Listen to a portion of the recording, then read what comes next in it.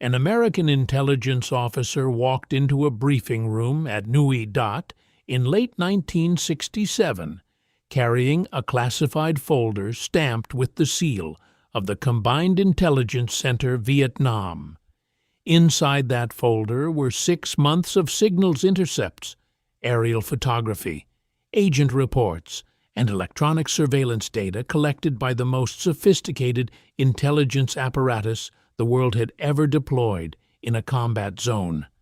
He laid it on the table in front of the Australian Task Force intelligence staff.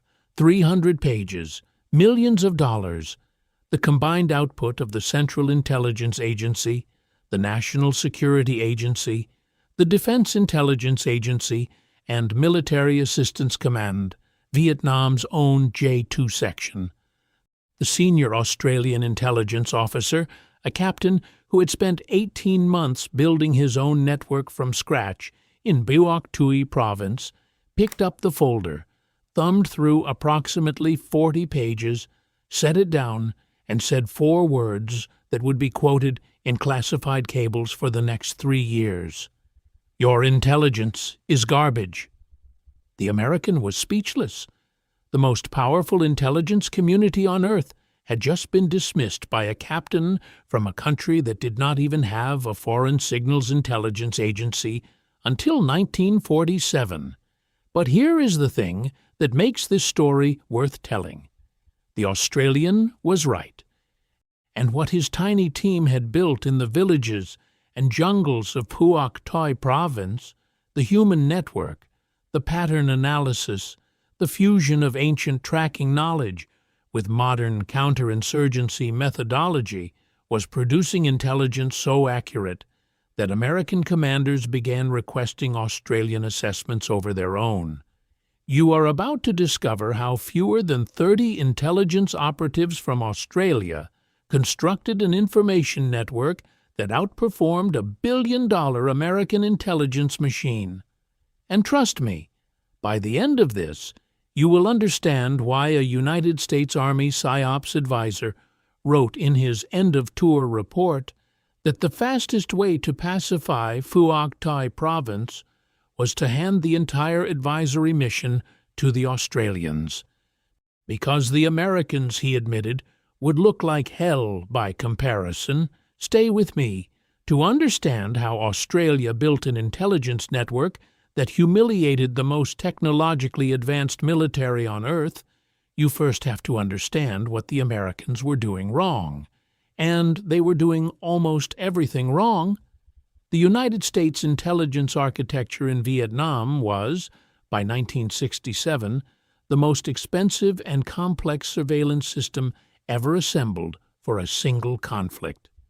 The National Security Agency operated listening stations across Southeast Asia, intercepting North Vietnamese radio communications.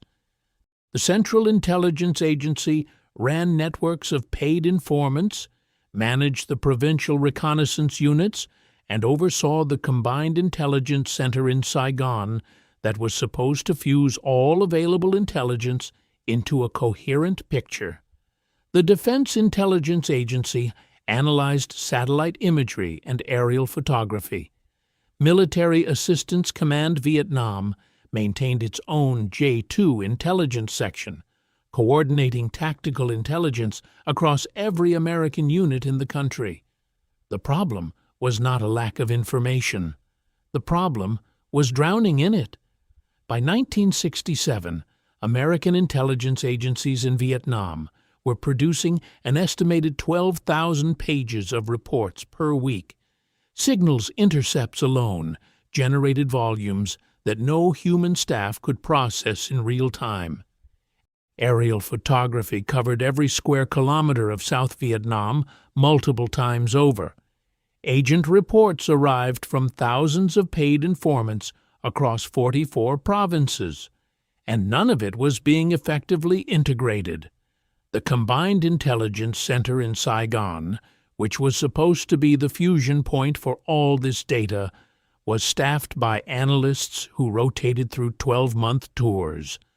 By the time an analyst understood the patterns in his area of responsibility, He was already being replaced by someone who had to start learning from zero. The institutional memory that effective intelligence analysis requires simply did not exist. Worse, the system was built on a fundamental misunderstanding of what intelligence meant in a counterinsurgency. American intelligence doctrine was designed for conventional warfare against the Soviet Union. Find enemy divisions, track their movement, identify their order of battle. This approach worked against enemies who operated in formations, maintained fixed headquarters, and communicated through interceptable radio networks. The Viet Cong did none of these things. Their political infrastructure operated through face-to-face contact, handwritten messages carried by couriers, and a cellular organizational structure where individual members knew only their immediate contacts. Signals intelligence was nearly useless against an enemy that barely used radios. Aerial photography could not photograph political cadres who looked identical to the farmers they lived among. Paid informants, many of whom were managed by American handlers who spoke no Vietnamese and rotated out every year, produced information of wildly inconsistent reliability. Some told their handlers what they wanted to hear. Others were double agents feeding disinformation. A few were genuine, but their reports disappeared into a bureaucratic system so vast that actionable intelligence often arrived too late to act upon. The structural dysfunction went even deeper. The CIA and MACV's J2 section maintained separate and often competing intelligence operations. The Joint Evaluation Center, created in Saigon to unify intelligence from all four military services, the CIA, and the U.S. Embassy, never achieved the integration it was designed to provide. Military command was fragmented among several Army formations: the 3rd Marine Amphibious Force, Naval Forces Vietnam, 7th Air Force, and 5th Special Forces Group, each maintaining its own intelligence priorities that frequently contradicted one another. Neither the CIA nor the Embassy provided the staff the JEC needed, and the concept was eventually absorbed into MACV's G2 section, where it became just another bureaucratic layer in a system already drowning in bureaucracy. CIA analyst Samuel Adams would later characterize the entire American intelligence effort in Vietnam as marked by a lack of foresight, a neglect of fundamentals, and an absence of clear central direction. He was being generous. The Hamlet Informant Program, which had been the CIA's primary human intelligence tool from 1954 to 1964, paid untrained informants for information. The quality was exactly what you would expect when you pay people with no training for intelligence. They have no verification standards to meet. When the CIA station and MACV finally attempted to restructure intelligence collection in the mid-1960s, the resulting programs, including the eventually notorious Phoenix program, achieved some tactical successes but never solved the fundamental problem. American intelligence in Vietnam was designed to answer the wrong questions. Where are the enemy formations? How many enemy soldiers are in this sector? What is the enemy order of battle? These were the questions conventional warfare intelligence was built to answer. The question that actually mattered in a counterinsurgency, what does the population know and how do we get them to share it, required an entirely different approach. The Americans had built an intelligence cathedral. What they needed was a village well.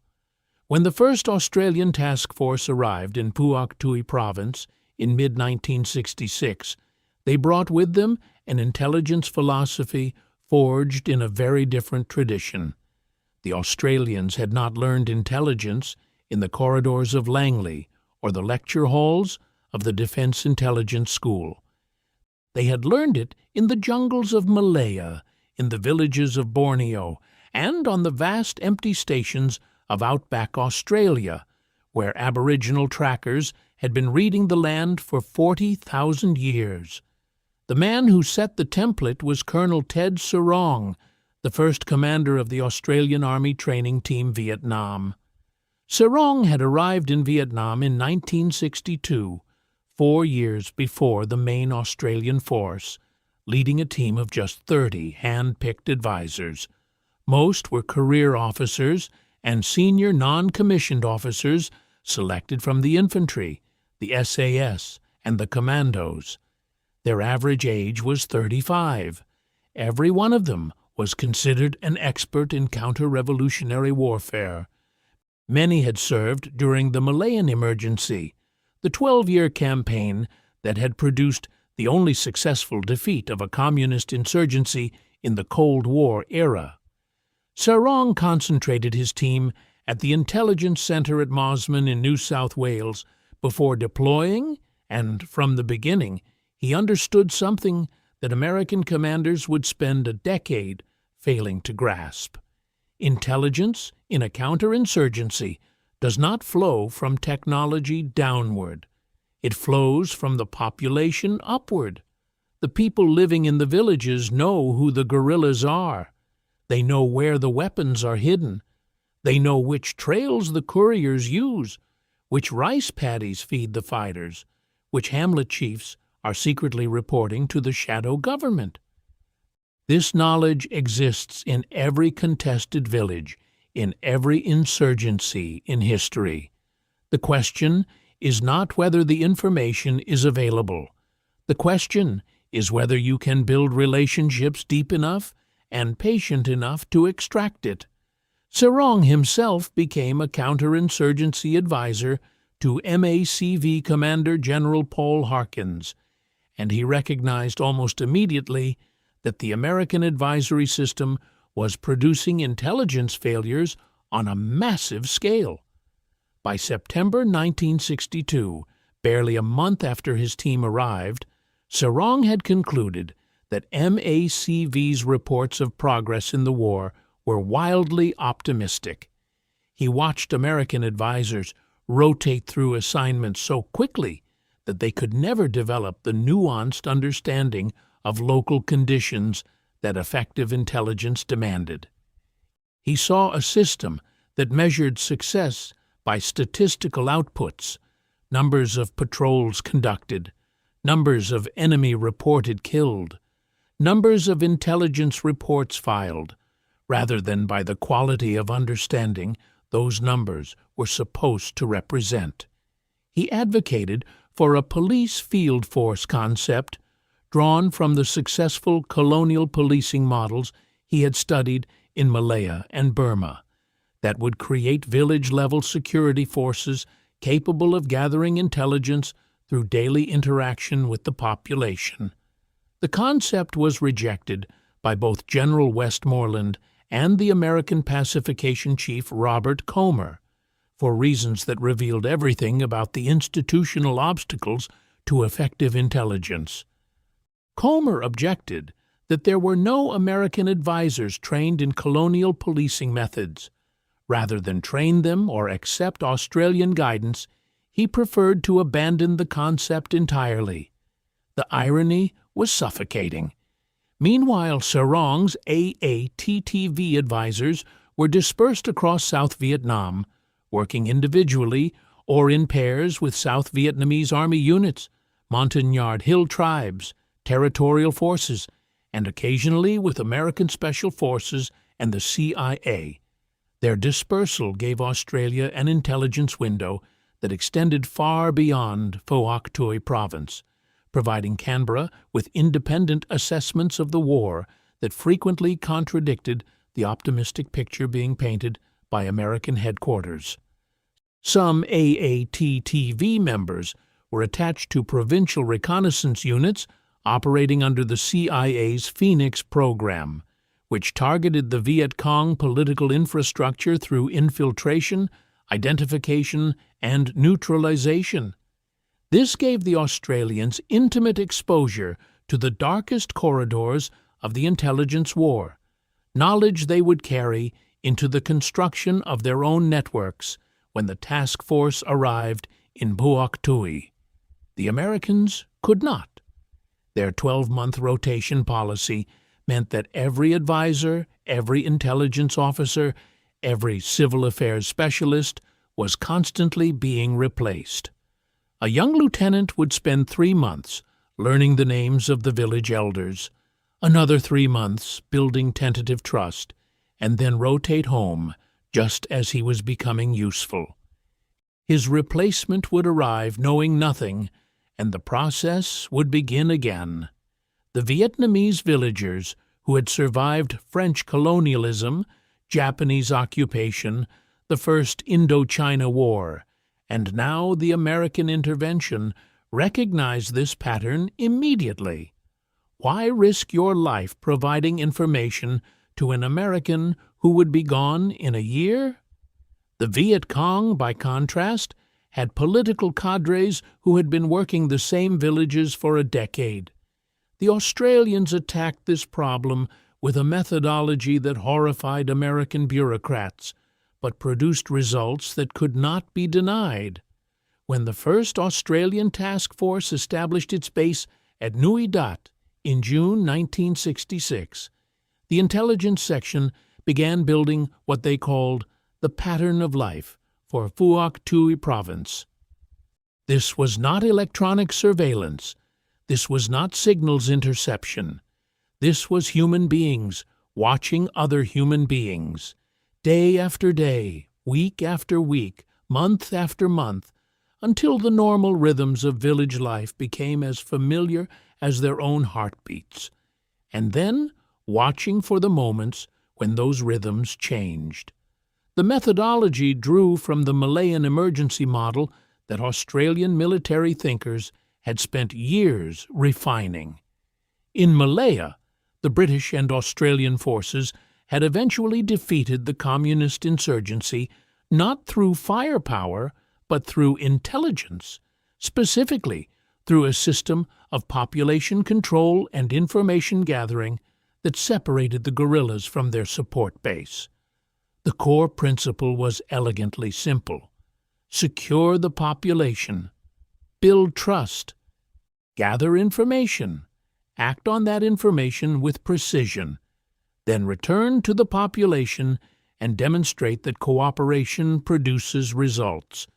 What made the Australian adaptation of this model so effective in Vietnam was the integration of multiple intelligence streams into a single, manageable picture. The Australians developed what they called acorn operations, a methodology that used reports from patrols, cross-referenced sources, captured documents, prisoner interrogations, and local intelligence gathered through civil affairs contacts to build a layered understanding of enemy infrastructure. Rather than treating each piece of intelligence as an isolated data point, the Australian system treated every fragment as part of a puzzle that was continuously being assembled and reassembled.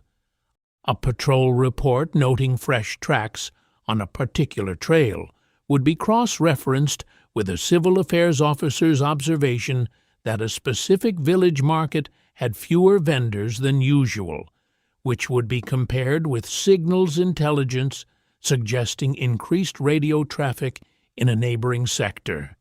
Each piece alone meant nothing.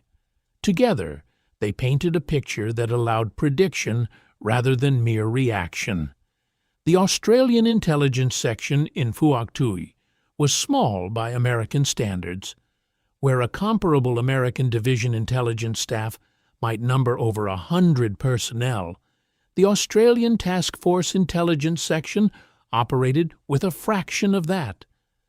But what they lacked in numbers, they compensated for with continuity, language skills, and an approach to human intelligence that American agencies found simultaneously impressive and impossible to replicate.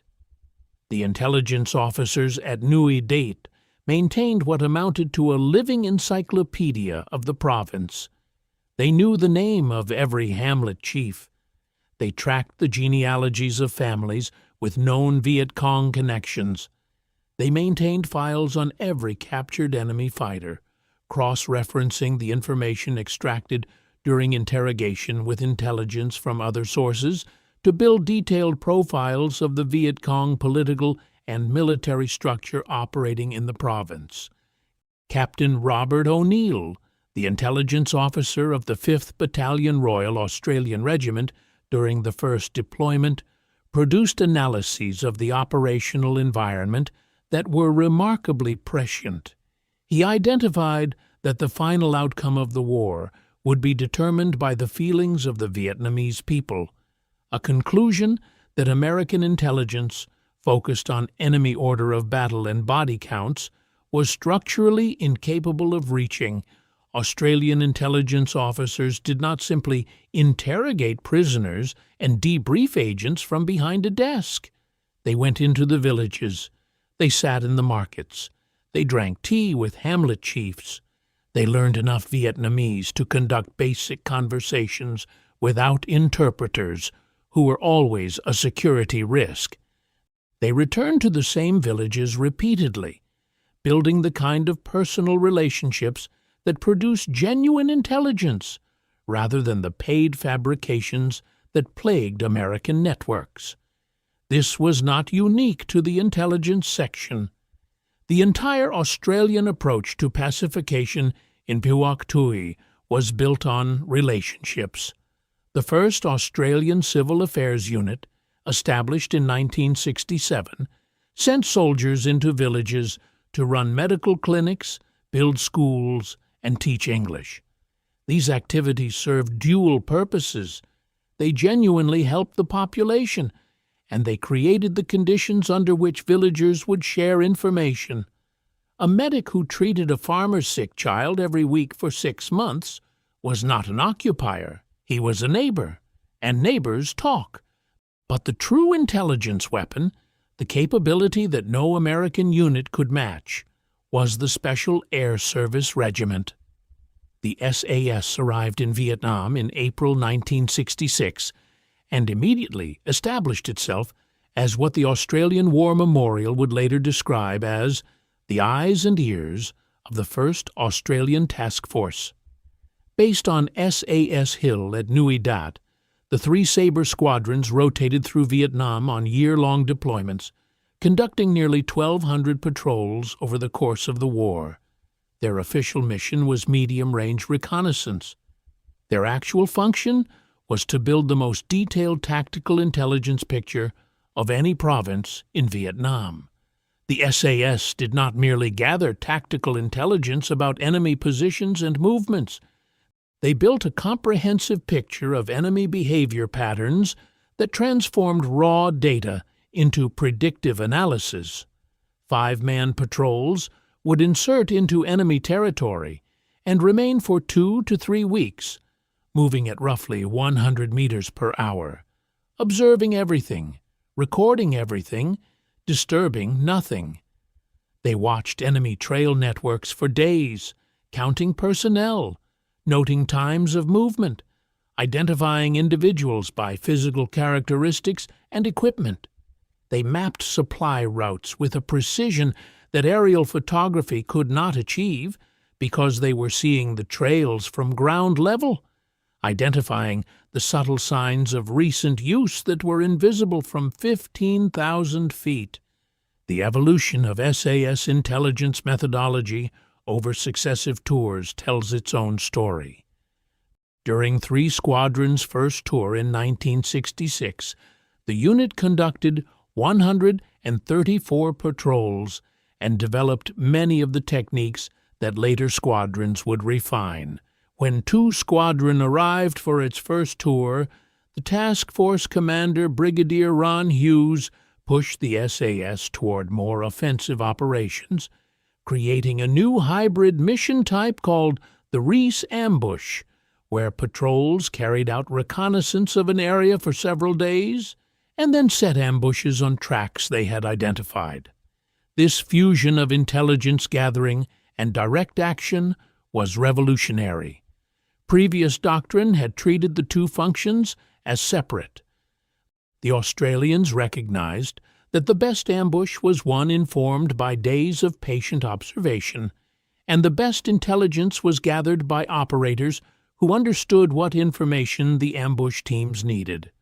By 3 Squadron's second tour in 1969, the Commander Major Reginald Beasley had shifted the emphasis entirely back to reconnaissance, reportedly tearing down the kills boards erected by earlier squadrons. His reasoning was direct. They were not there to kill people. They were there to gather information. The kills would come later, when infantry battalions acted on the intelligence the SAS provided. The intelligence they gathered was extraordinary in both quality and detail.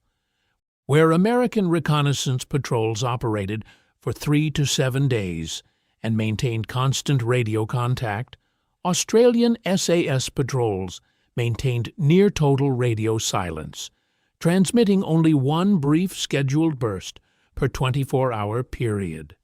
This silence was itself an intelligence technique. Radio transmissions could be intercepted and direction found by the enemy. By minimizing their electronic signature, the Australians ensured that the Viet Cong had no idea they were being watched. The patrol reports that came back to the intelligence section at Nui Dat were unlike anything American analysts had seen. They did not simply identify enemy positions. They described enemy routines, sentry change times, water collection schedules, courier arrival patterns, food preparation rhythms, the emotional state of enemy soldiers as observed through body language and behavior. This was not signals intelligence or imagery intelligence. This was what the military calls HUMINT, human intelligence, gathered through the oldest method of espionage in existence: patient, disciplined observation by trained human beings. The SAS also integrated something that no other Western military possessed: Aboriginal tracking knowledge, refined over 400 centuries of survival in the Australian wilderness, was adapted into a systematic intelligence methodology. Aboriginal soldiers and the techniques they taught could read a jungle trail the way a scholar reads a manuscript. A disturbed leaf told them how many people had passed. The angle of a bent branch indicated direction. The moisture content of a footprint told them when. The depth of an impression revealed whether the person was carrying a load. The spacing between prints indicated urgency. This was not mysticism.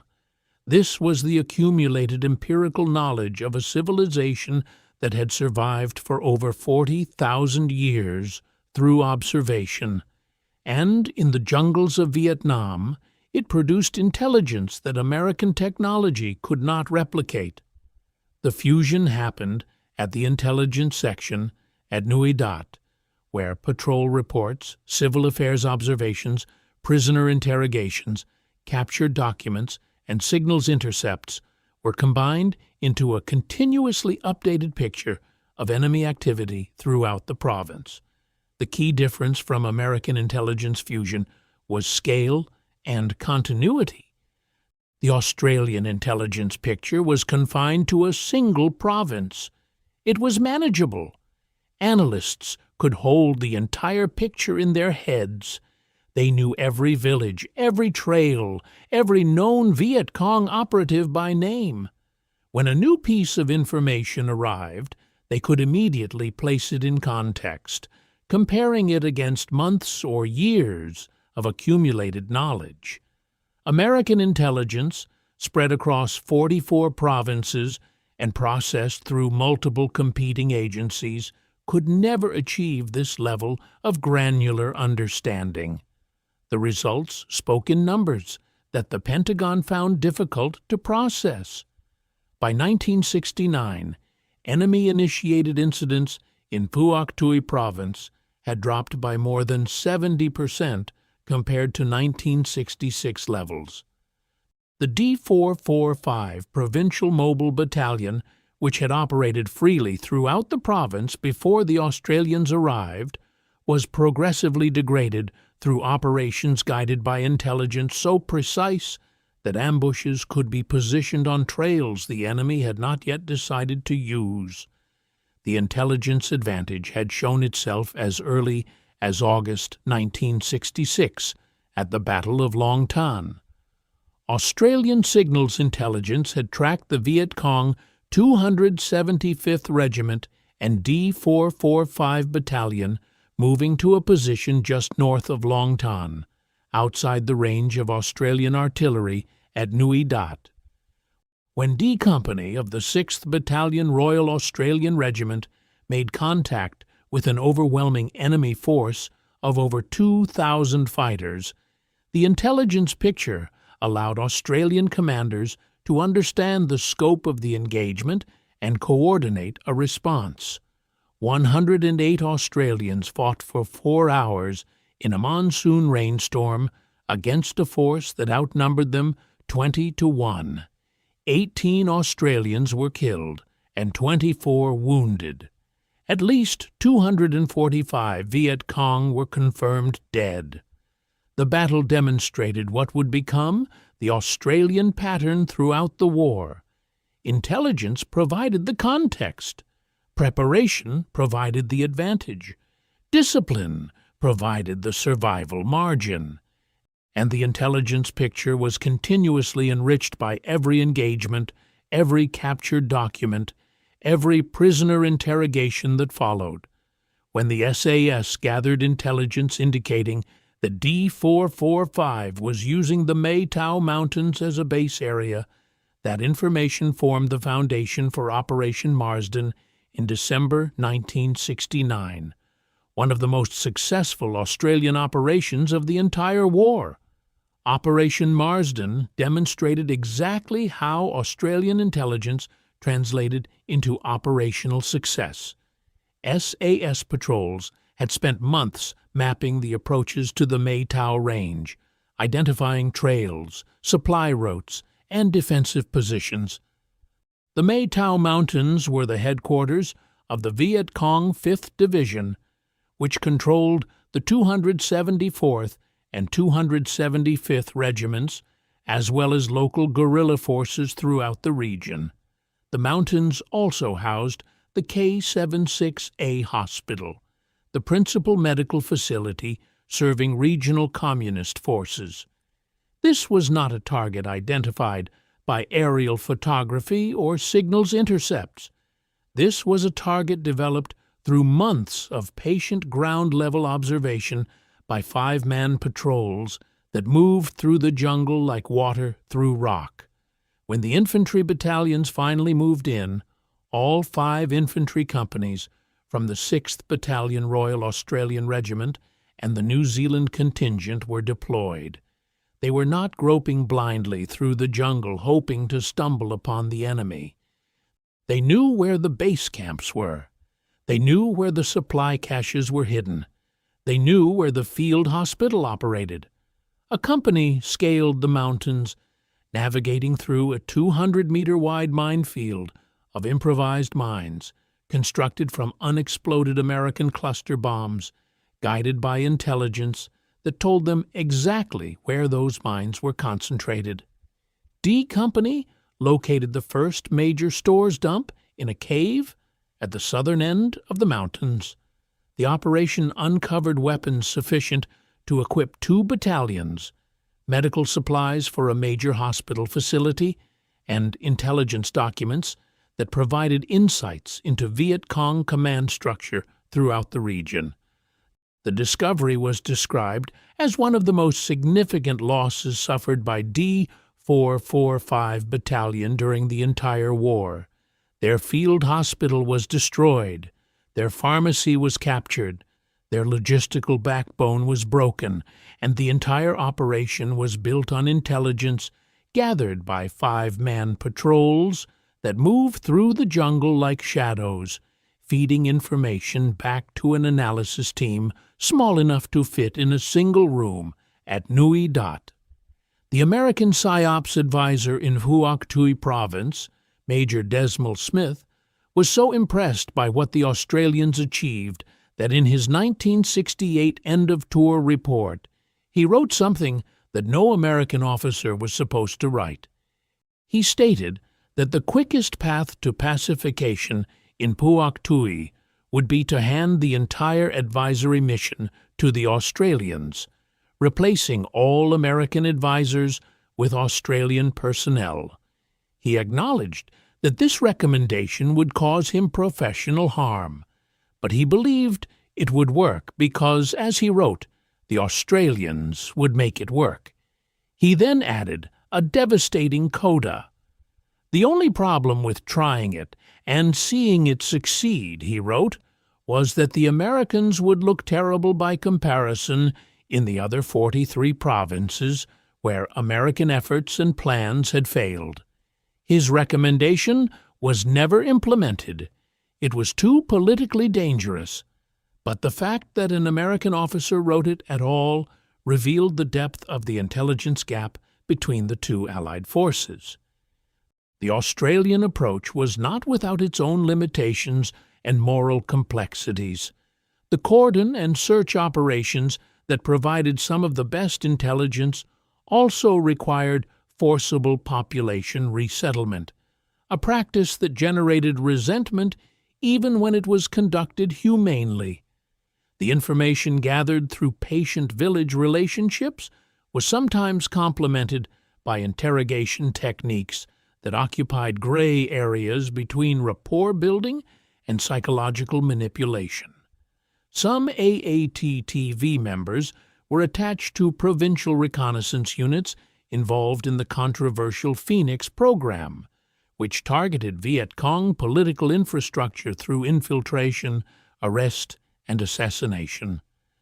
The Australians participated in aspects of this program, though the extent of their involvement remained carefully guarded.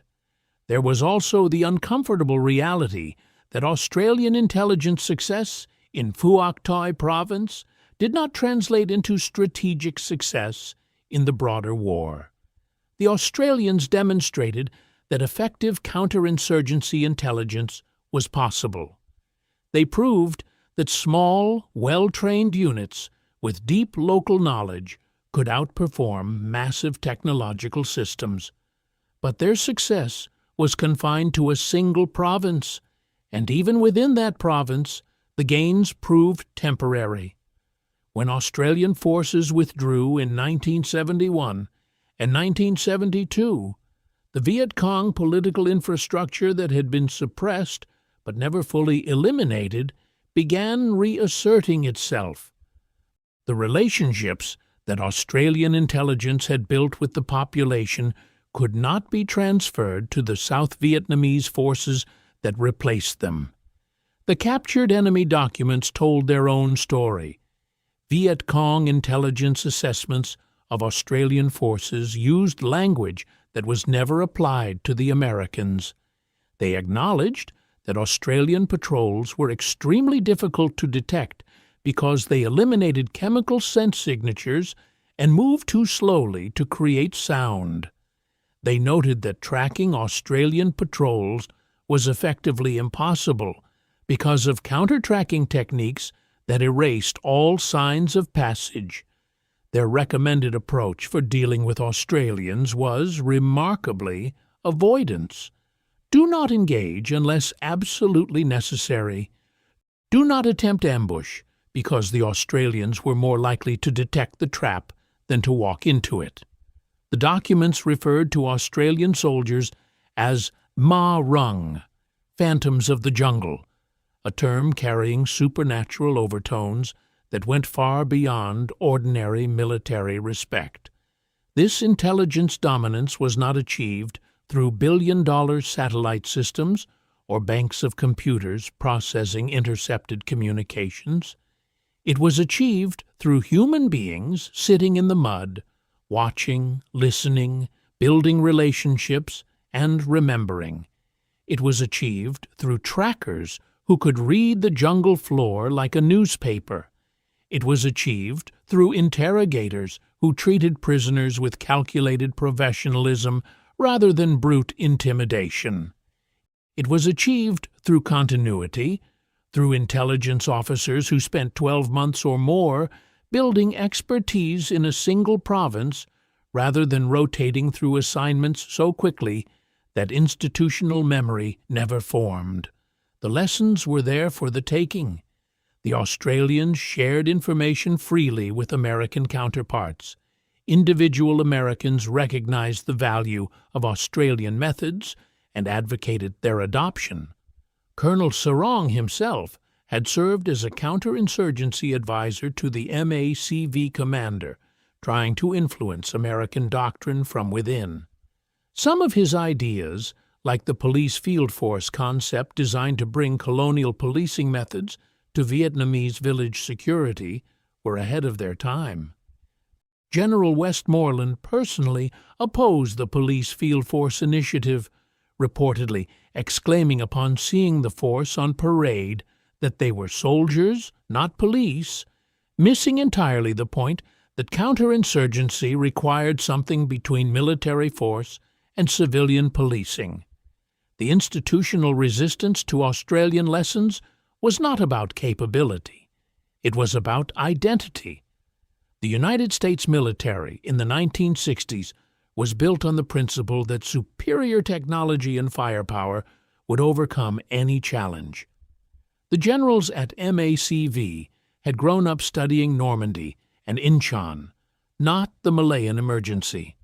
They understood armored breakthroughs and amphibious landings. They did not understand and did not want to understand that a war fought among a population required intelligence methods that looked less like espionage and more like community policing, accepting that a force 1/60th its size, using methods that relied on patience rather than technology and relationships rather than satellites, was achieving better intelligence results required admitting that the fundamental approach was wrong. Institutions do not make such admissions easily. They make them only when the cost of denial becomes unbearable. And even then, they often find ways to deny a little longer. General Westmoreland himself had visited the Australian task force in January 1967 and publicly described their approach as very inactive, a critique that created a minor diplomatic incident. The Australian commander, Brigadier Stuart Graham, responded through official channels with barely contained fury, pointing out that his force had achieved a kill ratio exceeding 10-1 while sustaining the lowest casualty rate of any comparable Allied force. But Westmoreland measured success by enemy killed per day, and by that metric, the Australians were not killing enough people. The fact that enemy activity had plummeted, that security had improved dramatically, that intelligence-driven operations had degraded enemy capability with minimal friendly casualties, none of this registered in the body count arithmetic that American generals used to justify their approach. Lieutenant General Julian Wowell, commanding officer of the 2nd Field Force Vietnam, would visit Phuoc Tuy in 1969 and declare it a disaster for the same reasons.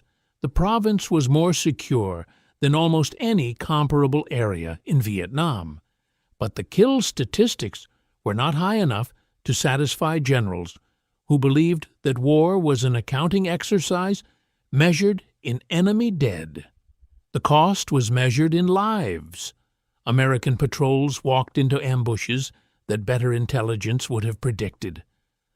American operations swept through areas that intelligence would have identified as empty, while ignoring areas where the enemy was concentrated. American interrogations produced unreliable information that led to operations based on false premises. The pattern was visible in the aggregate statistics, but senior commanders had professional reasons not to examine those statistics too closely. Every failed intelligence assessment could be attributed to specific circumstances rather than systemic failure. The system protected itself by atomizing its failures. The final chapter of this story was written not in Vietnam, but in the decades that followed, when the United States military finally began its serious reform of special operations capabilities in the 1980s. The reforms incorporated principles that Australian intelligence operatives had demonstrated effective 20 years earlier. The emphasis on human intelligence over signals intelligence, the prioritization of cultural understanding and language skills, the recognition that patience and relationships could produce intelligence that technology could not, the understanding that small units with deep local knowledge could outperform large organizations with shallow understanding. These lessons became standard doctrine at Fort Bragg and Coronado, but the Australian intelligence veterans of Vietnam paid their own price for what they built. The men who spent months in the jungle, who rewired their minds for hypervigilance and predatory awareness, who learned to exist in a state of pure sensory focus for weeks at a time, carried those adaptations home with them. Post-traumatic stress rates among Australian Vietnam veterans eventually exceeded those of their American counterparts, despite the Australians serving in smaller numbers and sustaining fewer combat casualties. The psychological cost of building a human intelligence network in a war zone, of forming relationships with villagers who might be killed for cooperating, of interrogating prisoners whose fates were uncertain, of spending weeks inside enemy territory where a single mistake meant death. These costs accumulated over lifetimes and were paid in currencies that no after-action report could quantify. The intelligence section at Nui Dat is gone now. The patrol reports are archived. The village relationships dissolved decades ago. The trackers returned to their country, carrying knowledge they would not discuss. But what those Australians proved in Phuoc Tuy province remains as relevant today as it was in 1967. Intelligence is not a product of technology. It is a product of human understanding. The most sophisticated surveillance system on Earth cannot replicate what a patient observer with deep local knowledge can learn sitting in a village market. Satellites cannot read body language. Signals intercepts cannot measure fear. Computers cannot build trust. These things require human beings, willing to sit in the mud, willing to learn languages, willing to stay long enough for relationships to form, willing to become part of the environment rather than hovering above it. Your intelligence is garbage. 4 words that summarize the gap between a billion-dollar machine and 30 men with patience, skill, and the humility to learn from the people they had come to protect. The Americans built the most expensive intelligence system in history. The Australians built something better. They built relationships, and relationships in the end are the only intelligence that wins wars fought among the people.